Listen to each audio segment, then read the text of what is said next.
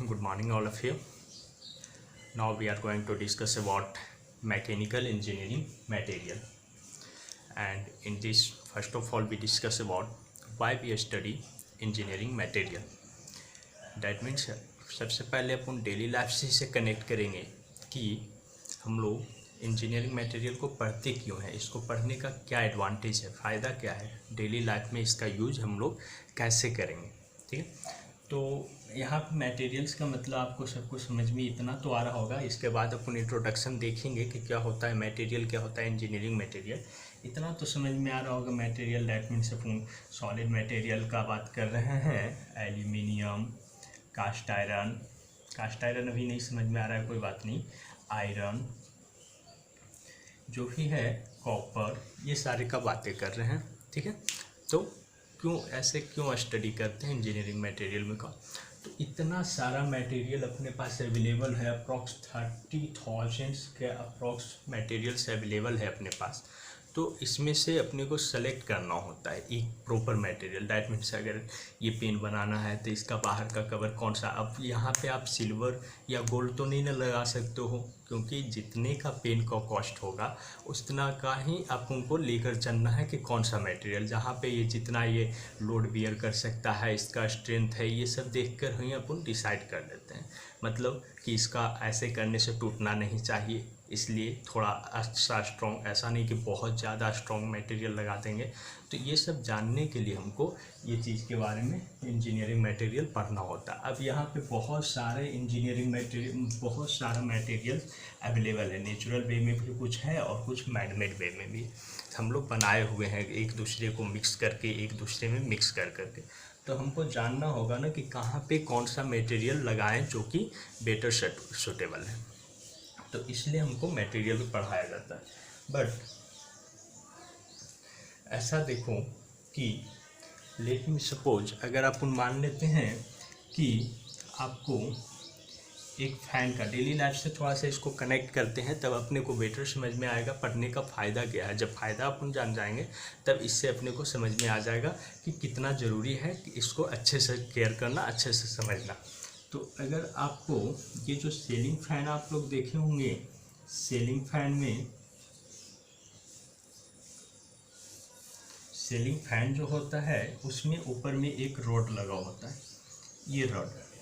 ठीक है, नॉर्मल सी बातें अगर आपको कहे, आप किसी कंपनी में गए हैं, वहाँ पे बोले कि आपको ये रॉड डिज़ाइन करना है, सिर्फ और सिर्फ ये फ़ैन का ऊपर का रॉड डिज़ाइन करना है। ठीक है, तो ये रॉड डिज़ाइन करने के लिए क्या आप सिर्फ मटेरियल साइंस पढ़ लिए और आपने बोल दिया कि नहीं ये तो गोल्ड का नहीं बनाएंगे, नहीं तो कॉस्टली हो जाएगा, सिल्वर नहीं बनाएंगे, कॉस्टली रहेगा, इसको आयरन का बना देते हैं। नॉर्मल ये चीज़ का इतना, इसको क्या करना है, इतना वेट ही तो शायद करना है। हमने मैकेनिक्स में भी पढ़ा था कि फोर्स लगेगा, तो फोर्स कहाँ पे लगेगा उसके बारे में इंजीनियरिंग मैकेनिक्स में हमको बताया गया था। तो इंजीनियरिंग मैकेनिक्स पढ़ लिए हैं और हम लोग मटेरियल साइंस पढ़ लिए हैं, अब हम लोग इंजीनियर बन गए, कुछ भी डिज़ाइन कर दे सकते हैं, आप जो बोलो सर।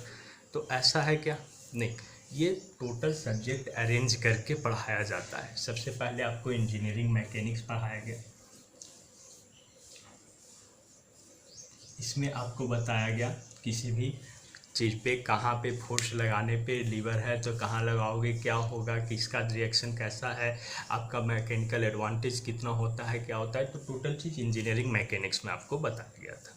उसके बाद इसका सेंटर ऑफ ग्रेविटी कहाँ है, मेन फोर्स कहाँ पे बियर कर सकता है, तो ये चीज़। अब नेक्स्ट टाइम में जब आप अभी पढ़ रहे हो तो आपके पास एक सब्जेक्ट है स्ट्रेंथ ऑफ मटेरियल। ठीक है, तो हमको बताना ये है कि इस रॉड को डिज़ाइन करने के लिए, सिर्फ रॉड है, कुछ नहीं, फैन नहीं, सिर्फ रॉड को डिज़ाइन करने के लिए आपको कितने सारे सब्जेक्ट किस तरह से पढ़ाए जा रहे हैं। इसी से हमको मटेरियल साइंस का भी कनेक्टिविटी पता चलेगा। ध्यान दीजिए, थोड़ा सा और आप केयर कीजिएगा, आपको पूरा समझ में आ जाएगा कि हम बता क्या रहे हैं। तो इस रॉड को डिज़ाइन करने के लिए ही हमको इस रॉड में ही इंजीनियरिंग मैकेनिक्स का भी काम आ रहा है, क्योंकि कहाँ पे लोड बियर देना है, कितना बियर कर रहा है, इस चीज़ के बारे में, इसका सेंटर ऑफ ग्रेविटी कहाँ पे है, सारा चीज़ इसमें हमको लगाना पड़ेगा। उसके बाद स्ट्रेंथ ऑफ मटेरियल, हमको स्ट्रेंथ ऑफ मटेरियल में हम लोग को पढ़ाया जा रहा है क्या, कि अगर ये फैन इस चीज़ से हुक से आप इसको लगाए हुए हैं, तो ये जो फैन का ये रोड है और ये फैन का जो वेट है, ये फैन कितना वेट से नीचे, कितना वेट है इसका, किस तरह से ये नीचे खींच रहा है, जिससे इतना स्ट्रॉन्ग इसको आप बनाओगे, इतना स्ट्रॉन्ग आप इसको बनाओगे जिससे कि ये रड टूट ना जाए। ऐसा नहीं कि बहुत मोटा रड लगा दिए अपन, बहुत मोटा रड लगा दिए कि ताकि इसमें लटक जाए आदमी 10 ठोर फिर भी ना टूटे, तो वो कंपनी का नुकसान होगा। कंपनी किस तरह से चलती है, वो एक एक रुपए का फ़ायदा देखता है कि कहाँ से अपन 1 रुपए का सेविंग कर सकते हैं। तो क्या होता है, इस फैन का ये रड जो है ये ना टूटे, टूटना तो नहीं चाहिए, तो ये जितना फैन का वेट है उसी के अकॉर्डिंग आपको लगाना है। तो ये अगर स्टैटिक्स में है तो मतलब कि रुका हुआ है, आपने फैन इसको नीचे खींच रहा है और ये कितना देर में टूटेगा, तो ये सब चीज़ स्टैटिक्स के बारे में है, तो वो हम लोग पढ़ते हैं सोम, स्ट्रेंथ ऑफ मटेरियल। तो अब बताओ, हमने इंजीनियरिंग मैकेनिक्स पढ़ लिया, स्ट्रेंथ ऑफ मटेरियल पढ़ लिया, अब ये मेटल भी सेलेक्ट कर लिया कि किस मेटल को लगाना है, डैट मीन्स इंजीनियरिंग मटेरियल। तो हम फैन का रड डिज़ाइन कर सकते हैं। अब तो फैन का रड नहीं टूटेगा, हम तो इस काबिल हो चुके हैं, क्योंकि 3 सब्जेक्ट हम पढ़ चुके हैं, 3rd सेमेस्टर में आ चुके हैं। फैन का रड हम इंजीनियर बन चुके हैं, सब लोग यही सोच लेते हैं, एडमिशन लिए इंजीनियर बन चुके हैं, हम किसी भी चीज़ को डिज़ाइन कर सकते हैं। ठीक है, तो फैन का रड किया, अब आपने डिज़ाइन कर दिया, ये 3 सब्जेक्ट पढ़ के इसका लोड भी देख लिए कि कितना ये वेट ले रहा है, इतना देर तक ये नहीं टूटेगा, इतना वेट लेगा। इंजीनियरिंग मैकेनिक्स के अकॉर्डिंग यहाँ पे वेट लग रहा है, और सोम के अकॉर्डिंग भी मास फोर्स के बारे में हमको इसमें पढ़ेंगे, अभी नहीं आप लोग पढ़ेंगे, तो इसलिए ज़्यादा थोड़ा सा समझाना पड़ रहा है। तो क्या अब ये फैन का रड टूटेगा या नहीं टूटेगा, मतलब कि जब आप फैन टांग दिए हो तो क्या होगा। फैन का जब भी आप लगाओगे इस तरह से 2 ही सब्जेक्ट पढ़ के लगाओगे, और तीसरा इंजीनियरिंग मटेरियल, क्योंकि आप मटेरियल को सेलेक्ट कर चुके हो।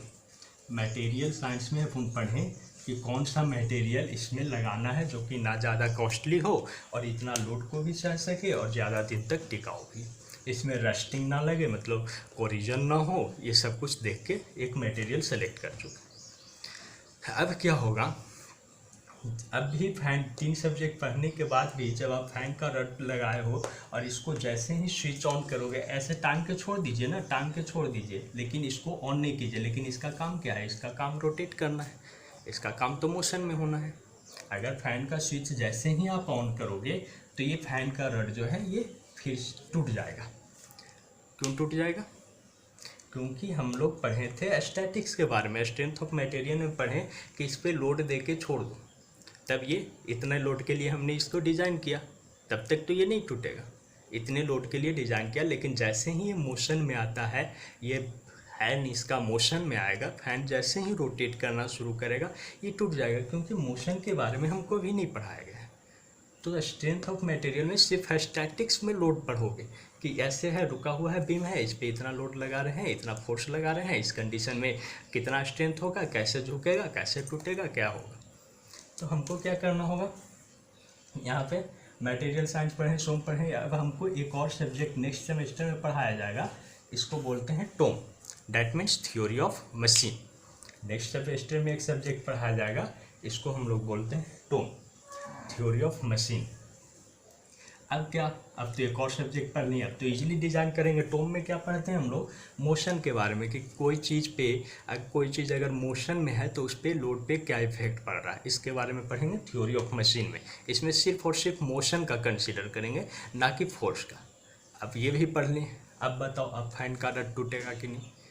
थोड़ा सा वीडियो पॉज करके आप लोग सोच लीजिएगा कि अब भी इतना सब्जेक्ट पढ़ने के बाद हमने फैन का रड को डिज़ाइन किया है, तो क्या ये रड टूटेगा या तो फिर नहीं टूटेगा। ये आपको 4th सेमेस्टर में थ्योरी ऑफ मशीन पढ़ाया जाए, फिर भी रड टूटेगा। क्यों, क्योंकि आपने अलग अलग पढ़ा है। सोम अलग, मतलब कि लोड दिए रहा था सिर्फ, टोम अलग, मतलब कि सिर्फ और सिर्फ मोशन। लेकिन यहाँ पे क्या हो रहा है, लोड और मोशन दोनों है, क्योंकि फैन का वेट भी है और वो मोशन में भी जा रहा है, तो दोनों चीज़ को कंबाइन करके आपको पढ़ाया जाता है डोम। इसको बोलते हैं डायनेमिक्स ऑफ मशीन। ठीक है, अब ये सब्जेक्ट भी पढ़ लिए। ऐसा अगर जिनको लग रहा था कि हम मटेरियल साइंस पढ़ के कुछ भी डिज़ाइन कर देंगे, सोम मैकेनिक्स पढ़ चुके हैं, हम इंजीनियर बन चुके हैं, उनके लिए है। कि किस तरह से अपना सिलेबस अरेंज होता है, सिलेबस का भी नॉलेज ज़रूरी होता है। तो किस तरह से सिलेबस अरेंज होता है, एक एक चीज़ करके आपको किस तरह से एक एक छोटे छोटे चीज़ को पढ़ाने के लिए, बनाने के लिए, डिज़ाइन करने के लिए, क्योंकि as a mechanical engineer in future आपको यही करना है, डिज़ाइनर बनना है, डिज़ाइनिंग में जाना है या जो भी करना है। तो एक एक चीज़ को डिज़ाइन करने के लिए इस तरह से अपने पास सिलेबस डिज़ाइन किया गया। अब बताओ, अब तो भैया दोनों पढ़ लिए ना हम लोग। अब तो ये चीज़ रड में स्टैटिक्स लोड भी पढ़ लिए, मोशन के लिए भी पढ़ लिए, सब कुछ पढ़ लिए, मटेरियल भी सिलेक्ट कर लिए, लोड का स्टैटिक्स में भी देख लिए और मोशन में भी देख लिए। अब तो फैन का रड फैन ऑन भी कर देंगे तब भी नहीं टूटेगा, है ना? सोचिए। लेकिन ऐसा है कि अब भी अगर इतना पढ़ के भी अपने इस रड को डिज़ाइन कर दिया तब भी ये रड टूट जाएगा। ठीक है, अब ये कैसे हुआ, क्यों? अब क्या होगा, जैसे ही फैन ने आपने ऑन किया 2-4 दिन बाद या उसी दिन एक चिड़िया आके उस पर बैठ जाती है। ठीक है, तो हमने तो ये प्रॉपर वेट के लिए डिज़ाइन किया था ना कि फैन 5 kg का है, 5 न्यूटन लोड लगा रहा है नीचे, तो इसलिए हमने उसको डिज़ाइन किया था। लेकिन 5 से अगर 0.5 भी उस पर बढ़ा वो तो टूटेगा ना। हाँ, अगर चलते चलते उस पर धूल कण जम जाती है, टूट जाएगा, क्योंकि हमने तो 5 के लिए डिज़ाइन किया है। तो इसीलिए हम लोग को एक और आगे सब्जेक्ट पढ़ाया जाएगा, मशीन ड्राइंग एंड डिज़ाइन। ठीक है, MD, सॉरी, मशीन डिज़ाइन। इसमें हमको पढ़ाया जाता है एक बार FOS, that means factor of safety. Factor of safety क्या बोलता है कि आपका जो लोड है उसमें एक्स्ट्रा लेकर उसको चलिए। कभी कभी क्या होता है, फैन के रड में किसी बंदे को ही लटकना होता है, फांसी लगाना होता है, तो वो बंदा का वहीं से टूट जाएगा, तब तो ये प्रॉब्लम हो गया, वो फांसी भी नहीं लगा पाएगा। तो इसलिए इतना फैक्टर ऑफ सेफ्टी इसको लेकर चलना होता है। हाँ, अब फैन को डिज़ाइन करोगे तब नहीं टूटेगा। फैक्टर ऑफ सेफ्टी समझ में आया ना, कि जितना लोड अपना देना है उससे 2 गुना 3 गुना, इसको 3 टाइम्स ज़्यादा स्ट्रॉन्ग बनाना होता है। ये नहीं कि धूलकन भी जमे और जमने के बाद वो टूट जाए।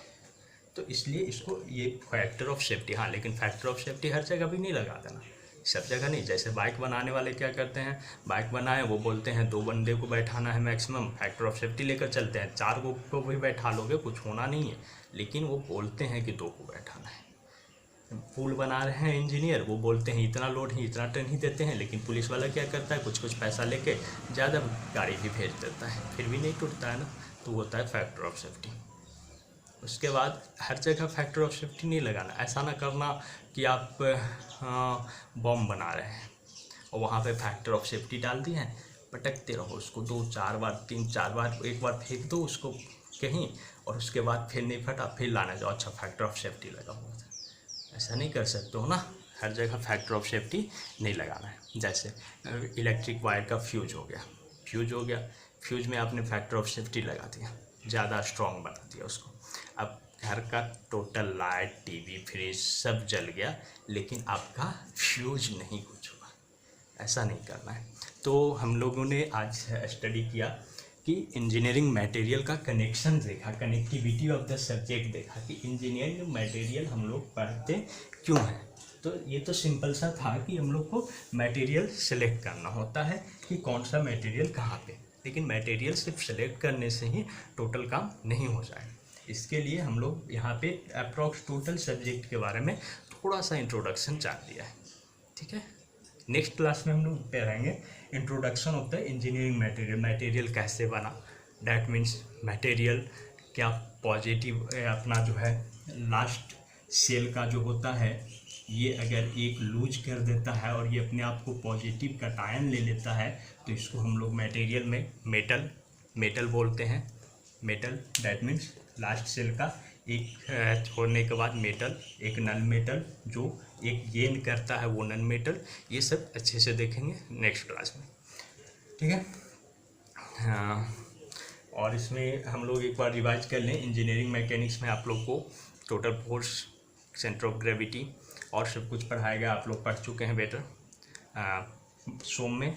अभी पढ़ाया जा रहा है आप लोग को, इलास्टिसिटी के बारे में बताया जाएगा, प्लास्टिसिटी टोटल बताकर आपको मेनली टॉपिक पे लाया जाएगा कि स्टैटिक्स में लोड लगाने के कारण क्या होता है, उस पर क्या कैसे रप्चर होता है, कैसे फ्रैक्चर कैसे टूटता है। तो ये किसमें, स्टैटिक्स में।